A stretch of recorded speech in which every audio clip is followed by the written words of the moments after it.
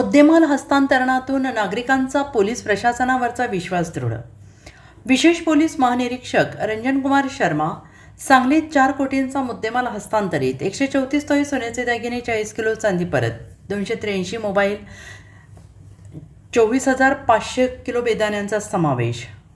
सद्रक्षणाय खलनिग्रहणाय हे ब्रीदवाक्य घेऊन नागरिकांच्या सुरक्षिततेसाठी 24 तास कार्यरत असणाऱ्या पोलीस दलावरील जनतेचा विश्वास अधिक दृढ करण्याच्या दृष्टीने सांगली जिल्हा पोलीस दलाने महत्त्वाचं पाऊल उचललं आहे. गुन्ह्यांच्या तपासात जप्त करण्यात आलेल्या मुद्देमालाचे शिस्तबद्ध, पारदर्शक आणि नियमानुसार हस्तांतरण करण्यासाठी घेण्यात आलेला मुद्देमाल हस्तांतरण कार्यक्रम हा कायदा सुव्यवस्था अबाधित ठेवण्याबरोबरच नागरिकांच्या विश्वासाला बळ देणारा ठरला. कार्यक्रमाच्या अध्यक्षस्थानी कोल्हापूर परिक्षेत्राचे विशेष पोलीस महानिरीक्षक रंजनकुमार शर्मा हे होते. पोलीस अधीक्षक तुषार दोशी, अप्पर पोलीस अधीक्षक कल्पना बारवकर यांची प्रमुख उपस्थिती होती. आणि खरे क्लब हाऊसच्या सभागृहात पार पडलेल्या या कार्यक्रमाला जिल्ह्यातील विविध पोलीस ठाण्यांचे अधिकारी, कर्मचारी आणि मुद्देमालाचे विश्वस्त आणि मालक उपस्थित होते. यावेळी विशेष पोलीस महानिरीक्षक रंजनकुमार शर्मा यांनी म्हटले की गुन्ह्यांना प्रतिबंध आणि घडलेल्या गुन्ह्यांचा वेळेत छडा या दोन्ही बाबींसाठी पोलीस दल कर्तव्यदक्ष आहे.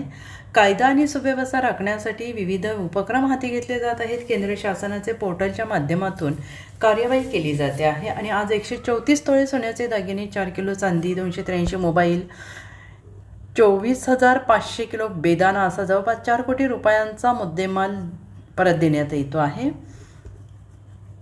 नागरिकांचा पोलीस दलावरील विश्वास निश्चितच वृद्धिंगत होईल असंही ते म्हणाले. तर पोलीस अधीक्षक तुषार दोशी यांनी म्हटलंय की गुन्ह्यांना प्रतिबंध आणि गुन्हे अन्वेषण हे पोलिसांचे प्रमुख काम असले तरी गुन्ह्यातील संपत्ती संबंधितास परत केली तर पीडितेला खऱ्या अर्थानं न्याय मिळतो. दागिने ही केवळ ऐवज नसून संबंधिताची भावनिक गुंतवणूक त्यात झालेली असते.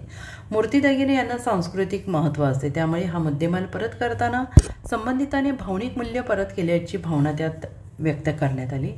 प्रास्ताविकात अप्पर पोलीस अधीक्षक कल्पना बारवकर या तंत्रज्ञानाचा प्रभावी वापर, अचूक अभिलेख आणि नियमित पडताळणी यांच्या माध्यमातून जिल्ह्यातील मुद्देमाल व्यवस्थापन अधिक सक्षम करण्यासाठी पोलीस दल सातत्यानं प्रयत्नशील असल्याचं त्यांनी म्हटलं आहे.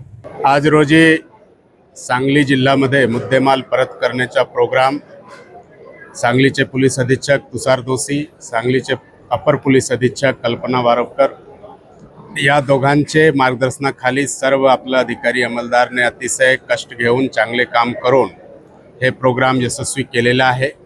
या प्रोग्राममध्ये जवळजवळ 4 कोटीचे मुद्देमाल लोकांना परत करण्यामध्ये आपल्याला यश मिळालेले आहे. यांच्यामध्ये सोन्याचे दागिने, चांदीचे दागिने, इतर वस्तू आणि त्यासोबतच जे आहे काही सायबर फ्रॉड जे झाला होता, जे सायबर क्राईम झालेलं आहे त्यांचेही पैसे परत करण्यामध्ये आपल्याला यश मिळालेले आहे. त्यानंतर जे आहे से बेदानाची मोठी चोरी झाली होती, मोबाईल दुकानमध्ये पण चोरी झाली होती. याचे जे मुद्देमाल आहे तेही परत करण्यामध्ये आपल्याला यश मिळालेले आहे. अशा प्रकारचे कार्यक्रममध्ये जे पोलीस आणि पब्लिकमध्ये एक चांगले समन्वय असावा, चांगले संवाद असावा आणि जे आपले व्हिक्टिम्स आहे त्यांना जे नुकसान झालेले आहे, त्यांचे वस्तू जे चोरीला गेले होतं ते मदत करण्यामध्ये आपल्याला यश मिळालेले आहे. यासाठी मी पोलीस अधीक्षक तुषार दोशी साहेब, अपर पोलीस अधीक्षक कल्पना बारवकर मॅडम यांचे जे आहे मनापासून अभिनंदन करतो की त्यांनी जे आहे से आपल्या टीमला घेऊन इतके मोठ्या प्रमाणाचे जे आहे मुद्देमाल परत केलेले आहे. मी भविष्यामध्ये पण अशीच अपेक्षा करतो की जास्तीत जास्त अशा प्रकारचे प्रोग्राम घेऊन जे लोकांना जे नुकसान झालेले आहे ते नुकसान भरपाईमध्ये जे आहे से पोलीस खात्यातून जे आहे मदत मिळावी. आणि यासाठी थोडासा आपल्याला जे आहे से प्रोसिजर थोडासा डिफिकल्ट असते की आपल्याकडेही तपास करावा लागतो, त्यानंतर जे आहे से कोर्टचे परमिशन घेऊन मुद्देमाल परत करावा लागतो. ते हे सर्व जे प्रोसेस आहे ते लवकरात लवकर पूर्ण करून जास्तीत जास्त केसेसमध्ये जे आहे मुद्देमाल लोकांना परत मिळावा यासाठी त्यांच्याकडून जे आहे ते आम्ही अपेक्षा व्यक्त करतो. आणि आज रोजी आपला सर्व जे अर्जदार होते त्यांना हे वस्तू मिळाला, त्यांचे जे आनंद झाला ते पाहून आम्हाला अजून जास्त चांगले काम करण्याची जे आहे से मोटिवेशन मिळालेले आहे.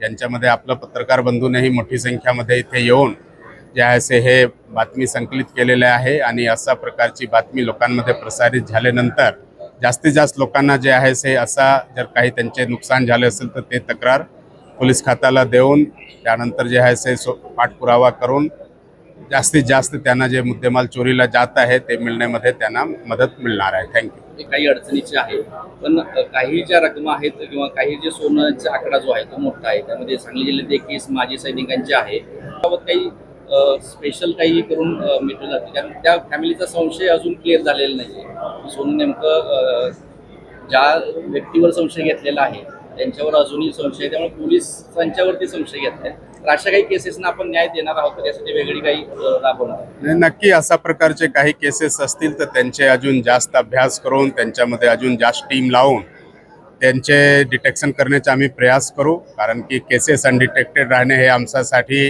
जे एक चॅलेंज असतो आणि जे आहे ते चॅलेंजमध्ये आम्ही सर्व आपला अधिकारी अंमलदार असा मिळून जे आहे ते त्यांच्यासाठी प्रयत्न करत असतो आणि नक्कीच यांच्यामध्येही आपण पूर्णपणे प्रयास करणार आणि काही केसेसमध्ये नक्की यश आपल्याला मिळणार आहे.